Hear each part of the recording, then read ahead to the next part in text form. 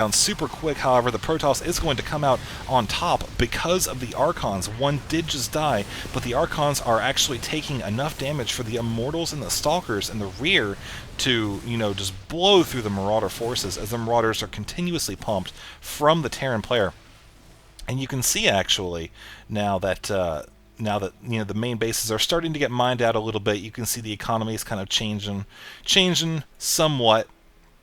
Because the thing is, Terran is only running off of effectively one base now in terms of mining. You can see it's very much saturated here, and he still has a lot of SCVs hanging out up here, so he's going to have to expand very soon, which he is trying to do. The expansion is just going to barely finish. Protoss has located it, so he's lifting it off to negate the Zealot attack. However, he is still going to have to contend with the Stalker, who is actually retreating now. He's probably figuring that since, with the Observer, he saw that the Terrans were leaving the base and pushing through to attack on the Protoss' second expansion, he is going to have to withdraw his forces and warp in several units quickly to counter this Marauder force. The Terran, of course, realizing that his attack is going to very quickly be wiped out, is going to kite back, try to kill an extra Zealot or two, but really in the end he can't really do a whole bunch, as he is continuing to stick with this very Marauder heavy build. He does have one armor and one weapon upgrade. And taking a look at the Protoss, who does not have any land-based upgrades so far, however, he is continuously pumping out the Stalkers, the Zealots, and the High Templar, which are really all that he has time to get, but is the best choice for countering the build that Gretorp is forcing upon the Protoss player. So, taking a look just a little bit more here, we do have the wow, that pylon. Hello. I lost my words there for a second. We have a pylon here. He may have tried to warp in many units to attack this command center. However, the Terran was able to see it, took out the pylon, and now the Protoss is going to have to kick back just a little bit here and build up his forces and whatnot. I mean, he is actually sitting pretty good. You can see the economy. He definitely has way more gas income. With pretty much these two refineries are here, but there's no SCVs mining from them, so he's effectively running off of, I don't even know. I mean, you can see he's still running, well, this refinery is definitely about out. But anyways, you can take a look here. There was another, I wish I had not missed that. Hold on.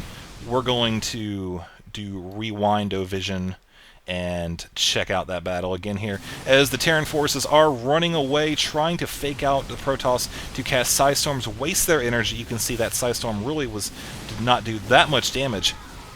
So with most of the Psystorms wasted, I don't actually see any more High Templar there. The Protoss was actually able to drive off the Marauder force just long enough to take out a couple more units. However, the Planetary Fortress was heavily repaired by the SCV, so we definitely saw a considerable amount of money invested into this to keep it safe, which really he has to hold on to that, as the Terran force is trying to push down here and take out this own expansion. And Terran realizes he has to do something about this expansion because he's sat on it. He's let the Protoss sit on it for way too long. He did take out the pylon, so he was not able to reinforce it. But the Protoss already has a considerably sized army. So he is able to hang on to that expansion just long enough to drive the Terran back and have to regroup. And so he does realize that this expansion is very likely going to die somewhat soon. So he's going to kill these rocks and try to take over the high yield. So that way, if the Terran player does kill this, it's not going to be that huge of a loss. And this high yield may actually give the Protoss enough income to make the final push and knock out Terran for good. So you can definitely see Terran's economy is still continuing to slow down just a little bit here. As we progress, he is probably starting to get very antsy here. As you can see, his Marauder army is staying relatively the same size. You can take a look at the army size here. That both players fairly similar in terms of food count, but at this point, it's hard to say what's going to happen as he continues to push a very Marauder-heavy build. As we do have Dark Templar coming in here now. They're warped in from the pylon up at the top left. He's going to try to take out the detection. However, that Planetary Fortress is really going to rip through those Dark Templar. And I think Woodgood's scan here will finally finish that off. He wasn't really able to get in with those Dark Templar and do enough damage So that was pretty much not quite a waste, but good attempt on Axslav's part. So he is continuing to push out a pretty gateway-centric build. You can see pretty somewhat zealot heavy, got a good bit of stalkers. Not as many immortals as I would have expected to see, considering the fact that this is pretty much just a marauder fest for the Terran player, which is good. I mean, he does counter the ground units effectively, fairly well. But it is a very kind of, I don't want to call it a 2-unit wonder, but I mean it's effectively what's going on here. So he does have a couple extra Hellions here just hanging out, probably saving them for if he can do any sort of harassment tactic and whatnot. He is not, however, attacking the rocks just yet. There he goes. All right, good deal. And let's take a look for a second here up at the Protoss base. You can see he does have enough zealots to hold off any sort of basic drop. However, we do see that there is a carrier taking to the field, and there's a fleet beacon, so it's a possibility that we might actually see a mothership, as the Protoss is pretty much realizing the full quantity of tech that is available to him, and he's going to try to take advantage of it. And you can see right here the carrier is just about done.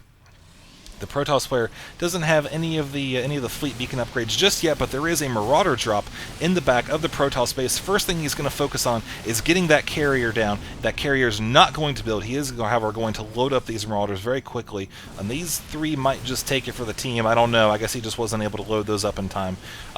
Kind of cut your losses in order to make sure you save the rest of the crew there, so to speak. So that was okay. We do have a sensor tower upgrade, or a sensor tower up here, and that's not something you see too terribly much in higher tier games. Generally, they don't get to the point to where they're really useful, as both players are very good at scouting and keeping an idea of what is going on, in their opponent's base and whatnot. So, anyways, you can see that there is enough Protoss forces here to deal with this drop. Not too many units, but you can see that we definitely have a mothership coming into the field, as the Terran forces are making a play at this southern expansion, trying to take it out once and for all. You can see that it's already somewhat mined out, but nonetheless, you can see that there were several EMPs that went down that pretty much is making the Protoss forces drive back completely, negated the cloak of the Dark Templar, so the Terran forces are going to finally get in there and have their way with its expansion. They are kind of being harassed by the Protoss forces. He was able to take out that Immortal fairly quickly, which is going to actually take out a lot of DPS for the Protoss force. However, he does still have a considerable quantity of Psystorms that he is utilizing, and it's pretty much forcing the Terran player to retreat. I'm not really used to talking so fast here. I'm trying to get in this habit, but it's going to take a while for me to get used to, so I'm sorry if I'm stuttering a little bit here. But anyways, it's pretty much just a back and forth at this point. Protoss is going to keep warping in Templar, waiting for energy. Terran is going to try to push back at any point he can, try to draw those higher tier units out, kill them as quickly as possible. You saw that he did just try to bait out some of the High Templar. He was able to get some of them, but not without heavy casualties of his own. These poor dropships, man. This one is sitting on empty for energy, and this one isn't really that much better. So you can see right now, at this point, the Protoss army, the Protoss does have his high yield warping in. Taking a look at the income, you can see that Gretorp, he does actually have his own high yield that is completely saturated with all of the SCVs that were not, not doing anything better. And finally, the mothership has arrived, ladies and gentlemen. It is going to hang out down here at this southern expansion, which is probably the best place for it, as this is pretty much the point of contention for this game, man. This one expansion right here has been a thorn in Gretorp's side this entire time. It is pretty much the reason why Protoss has been able to push back consistently with the units that the Marauders are supposed to technically kind of counter. So, however, one thing I will say the Marauders cannot counter is a mothership, and that's what he's got. So very excited to see that. Always love seeing a mothership come into a game, especially a high tier game, man, because you know that something great's going to happen with them. So we do see that a couple dropships were loaded up with some Marauders, which are getting ready, most likely to fly towards the Protoss main, and see a similar drop up here again. As I'll tell you what, I'll be honest with you, I'm really surprised these guys are still mining from this gas. I guess it's only because they have two probes working on them. You can see that the scan was right here. And blue did have these units, these buildings right here selected for a second, so he may have just had them hotkeyed and selected somewhere else, or maybe he came up here and had them selected and he saw the fact that the base was scanned. I don't believe that's the case though, because he probably would have sent some of his units back. You can see right here there's another scan going down, and the Protoss player is going to try to make a big push out here, try to end this once and for all. As you can see, we do have a vortex, and all of the Marauders are sucked into it. That is it for the Marauders, so the Protoss can get fully into a position, wait for these Marauders to come back. The Marauders don't have any space to kite, and all these Zealots will be on top of them. You can do a Psystorm if he wants to, and that's pretty much it. Sure enough, there's one Psystorm right there. There's another one.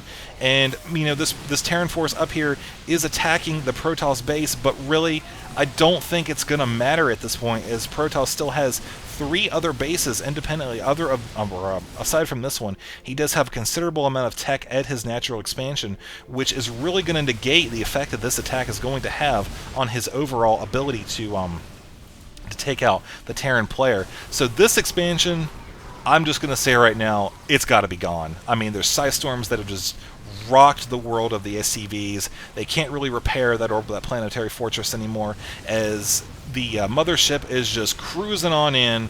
You know, this expansion's gone. So that's all she wrote for this one. And this expansion is probably going to be next. Terran is really going to have to push out a miracle at this point to really stop this. Maybe he may consider retreating his forces back here, as they are pretty much just all attacking buildings that are powered down. At this point, I would normally say at least try to take these out, because he could power them up very quickly, but the Protoss is making a push on your base, so we're about to maybe see some wonderful Psystorms here. No, he is going to retreat these SCVs very quickly, try to get them out. And I'm really surprised there's no Psystorms there. I was kind of looking forward to that. I guess he's saving the energy for the Marauder forces, which are right there, getting the heck Psystormed out of them. You can see a bunch of them are sitting at really low life. These Stalkers, plenty of forces to finish him off, as I don't actually think he has any detection here. So, nope, sure enough, this Protoss force is just going to march through uncontested. So, now you can see the income tab, 0 income for minerals for the Terran player. This is his army pretty much right here. He's just hanging on by a thread, doing everything he can, trying to heal up the SCVs, the Marauders, gather them in possibly into one final force for a last-ditch push as this barracks runs off as quick as he can. He is in the red. He's probably going to burn, drop down, and kill those SCVs, whatever. They don't matter anyways. And these last 3 Marauders are running back as fast as they can, but they may make it in time. I think they're going to be okay. But the rest of the Terran forces are hanging up here at the top of the ramp, so the Protoss forces are going to make a push into the Terran natural, knocking out more SCV or more supply depots. The armory here is exposed. The mothership has arrived, and I think that's pretty much going to be it. Not too much that Terran can do at this point, as Protoss, like I said, he's still got this high yield, and he is doing a drop on it, but it's too little too late, as we do have the GG from Gretorp. So, Axe was able to take this game, and I would have to say this was absolutely amazing. I loved the Psystorms. I loved the fact that that especially Gretorp was able to keep consistent pressure on the Protoss player and force him to continue to go a land-based army, even though he had, you know, basically mass Marauders. Like I said before, though, this was a 1.03 game, so not a 1.1 game. You probably could tell from the production tab, which you can see there's absolutely nothing now. But anyways, I hope you guys enjoyed it. This was definitely one of the more epic games that I have seen, and that's what an Archon looks like when he doesn't have his marshmallow shield. That's actually pretty cool. Looks like a lich. But anyways, hope you guys enjoyed it, and I will see you later.